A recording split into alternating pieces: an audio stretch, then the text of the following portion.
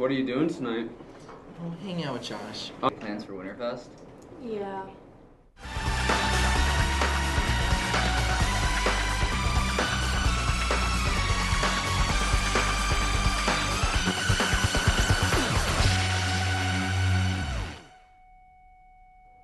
Welcome back to Wctv. I'm Luke Bergeson. As all of you know, the Winterfest dance was last Saturday, where students and staff enjoyed themselves by going out to dinner and ending the night on the dance floor. The 3-hour dance sure didn't feel like 3 hours to a lot of happy dancer goers. There were, however, 2 guests that were especially happy. These 2 people were simply honored to go to the dance. This couple was the Winterfest royalty.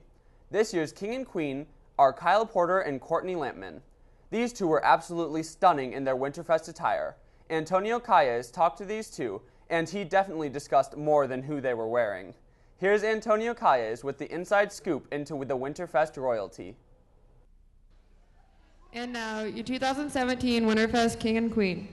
Kyle Porter. Kyle is the son of Jolene and Eric Klein of Duncombe and Scott Porter of Fort Dodge. Courtney Lampman. Courtney is the daughter of Jeff and Amy Lampman.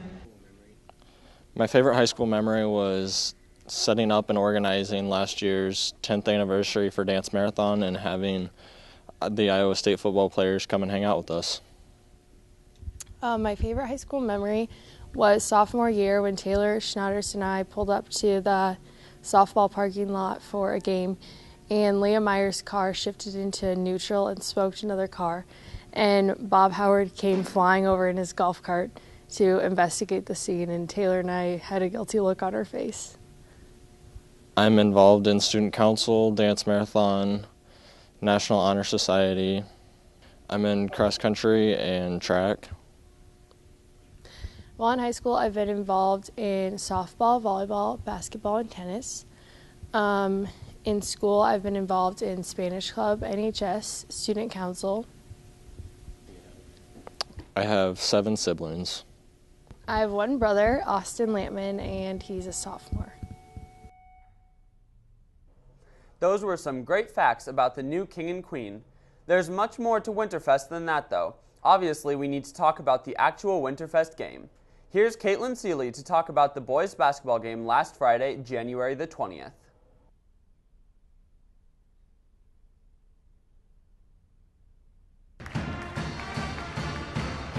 At the end of the first quarter, Webster City was 19 and Algona was 6.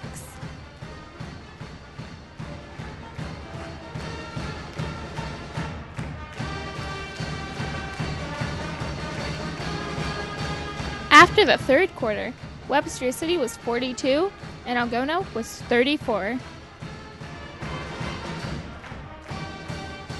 The final score is Webster City 65, Algona 62. The Lynx are 8-3, 7-1 for conference, and still the conference leaders. Good luck to all the basketball teams this weekend. I can't wait to cheer them on. There is a group of students here at WCHS that are especially excited to cheer on our teams. Who is this group? Why, the pep band, of course.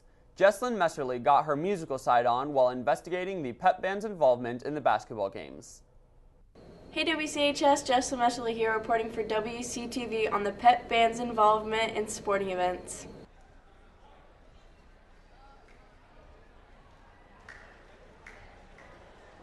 For picking the tunes for Pep Band this year, we have been using some binders that have been in place for a couple of years, and I've been picking out things that I like in those binders that the students like and kind of leaving alone things that we're not fans of.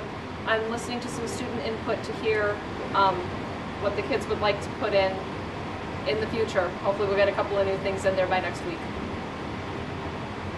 Yes, I like having a pep band at the games. It gets everything off to a good start.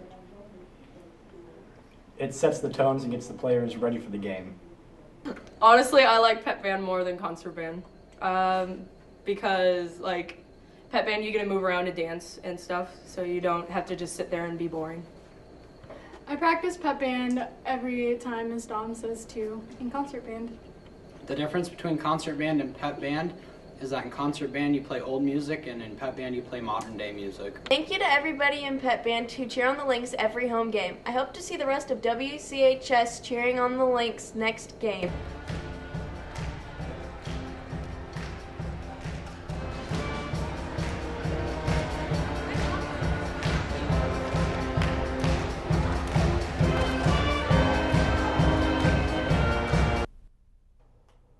Hopefully everybody, pep band, and fans enjoy the remaining games in the season.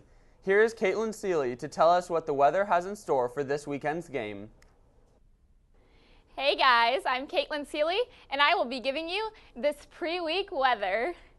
For Monday, it is 43 with a low of 30. It'll be partly sunny with south winds from 13 to 18 miles per hour. Tuesday is 35 degrees with a low of 22. Mostly cloudy and northwest winds from 14 to 20 miles per hour. Wednesday is 27 degrees with a low of 11. Partly sunny and northwest winds from 10 to 15 miles per hour. This has been Caitlin Seeley with your pre-week weather. Tyler Geffer is actually super excited to go to the game. He's also super excited to show you our word of the week.